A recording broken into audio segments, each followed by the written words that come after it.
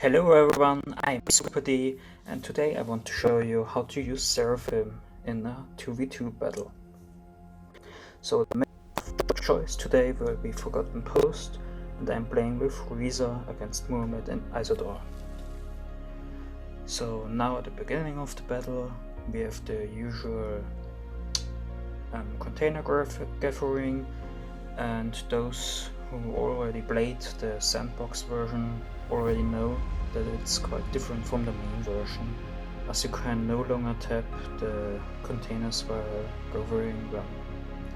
So yeah, but the build order is still pretty similar, as you start with multiple barracks, produce your cells, and simply wait for the containers to be collected. And the system by now works pretty well. So yeah, and especially at higher ranks, the difference to the old system, at least in the initial stages, is not that big, as skill rank and skill upgrades tend to make the wait for the container to be collected shorter. So yeah, gathering a lot of containers, at the same time also producing fortress to go for the big container, or in this case containers, as it is 2v2. Still going for containers here, the normal ones. And yeah. Now we see on the minimap at the top left that where they will spawn, so now I can send in fortress to go after them. And at the same time, obviously, I also produced a second fortress, so I didn't know how much of a opposition I would face when trying to get it. At the same time, here fighting for another container, unfortunately getting it. At the same time, my partner, after collecting containers, managed to scout the enemy base, which is obviously very good, as it tells us a lot about the enemy strategy, just like here, because we know, okay, we're on 3 supply centers and didn't get a lot of containers, so it's very, very unlikely that I might get rushed, which is also one of the main reasons why I don't place any bunkers, rocket towers or anything like that, because I simply didn't fear any kind of early aggression. So yeah, now let's go. So in this case I managed to push back the enemy coyote to get the container, but at the same time I knew that the red player had units at the bottom container. So I simply sent in both of my fortresses to the bottom to fight them, and the outcome, yeah, it's not a surprise that 2 fortresses would win versus just 5 riflemen were simply a hard counter to them. At the same time I left my assault at the top one, so I could still gather it, because I doubted that the enemy would come back to get it. And even if he came, the collection time of the big containers is so huge that it wouldn't have been any issue to take back my fortresses to gather it. At the same time I decided to give the other big container to my partner to help him out a bit. So yeah, based on the build order I'm also already at HQ3, trying to get rid of the enemy scouts, so to avoid that the enemy knows what I'm doing all the time. Even for in this case I already revealed that I would go for Seraphim, because I thought, okay, the normal build order for this map means that you go for an aviator build if you're at the top position, and for a ground build, but in this case my partner, when you're on the bottom position. The reason for that is simply because the top position only has 3 entrances, so it's very hard to get flanked in a raid, because in the worst case you can simply avoid the entrance and the enemy can't just push through. So yeah. At the same time, I also knew that the enemy had a very late aviary factory, which would be perfect for Seraphim. It's one of the main oppositions a Seraphim can face is a hawk, as it can't defend against it at all. Meanwhile, I am already producing it, and soon I will simply go all over the entire map and simply try to flank the red player.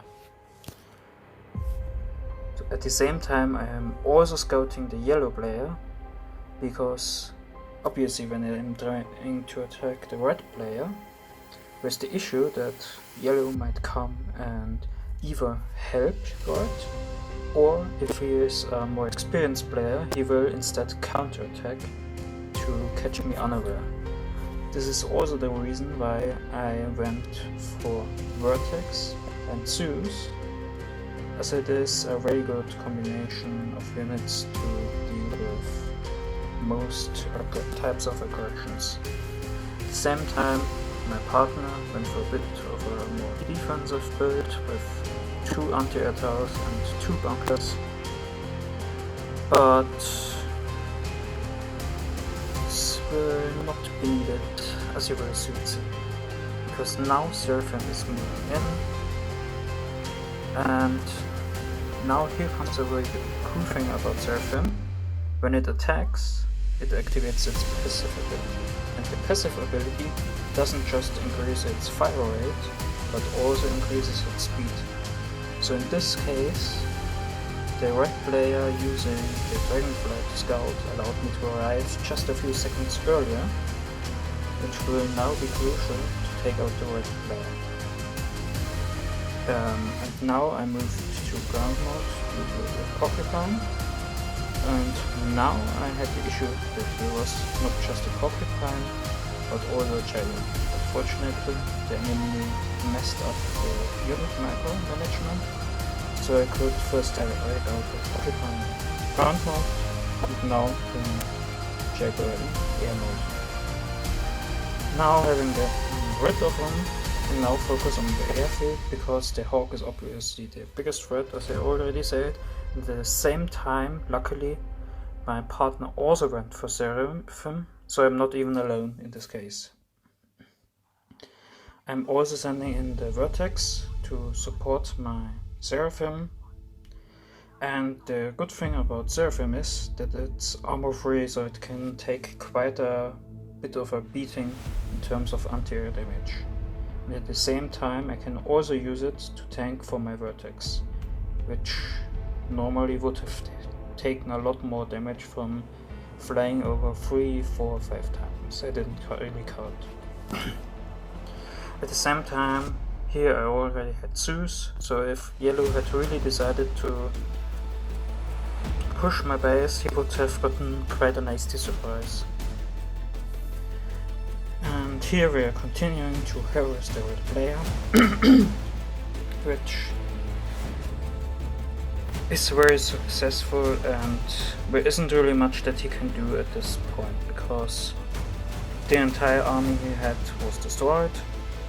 We keep moving the entire time, so we can't even secretly place a gun tower, like in this case. We discovered it and destroyed it, so got rid of that issue. Now we simply continue to destroy space. Obviously I also needed to pay attention to the yellow player, because I feared that maybe some units would approach from the top here and then help out red. At the same time I also sent in my Zeus here, which had 2 purposes. For one, I wanted to see the yellow player that I'm here, so because I was pretty sure that there was some kind of rifleman hidden in the forest. That's also why the one Zeus at the bottom is so close to the forest. And what this achieves is that the yellow player will see my army right in front of his base if he an attack, which should make sure that he doesn't decide to help red too late. Because obviously if he now decided to send his entire army to red, when I could simply attack from the top, maybe use a few vertex as support, then he would obviously die. Because he wouldn't have anything left in his base. And yeah. So now continue to beat down on the player. This finished the banner. And now here yellow is coming. And the trick that I just mentioned obviously worked, because he just sent 2 jaguars, 1 armadillo, 1 grenadier and a rifleman, which is not enough to stop not just 1 seraphim, but even 2. So even, okay, it got very close to my seraphim dying because I retreated too late. But even then, my partner would have still been in the base and most of the damage was taken by me, so yeah. In this case he's still staying here, harassing, while I regenerate with a health regeneration boost, which is very vital for using Seraphim, because Seraphim is more of a hit and run type unit. So what you need to do is that except when you have the enemy down, like in this case, you always need to retreat and recover your health. Otherwise you risk really losing your units. At the same time I'm harassing a bit with vertex here, sniping a porcupine, because 4 vertex are enough to snipe a porcupine without losses. But you have to be more careful when going after anti-air towers, because like in this case I lost a vertex, in part due to the previous damage from the porcupine, but also because an anti-air tower can't be killed in one run by 4 vertex. You need 5 vertex for that, and it also deals more damage from the porcupine. At the same time I also gathered my Zeus a bit more at this location and got the container, while also moving in with my Seraphim, which has now regenerated a lot of itself and can now help finish off the road. Unfortunately, yellow managed to scout my base, but that's quickly dealt with, and there wasn't really anything completely new that he hadn't already seen me use when attacking yellow or his base. At the same time getting more units here into position,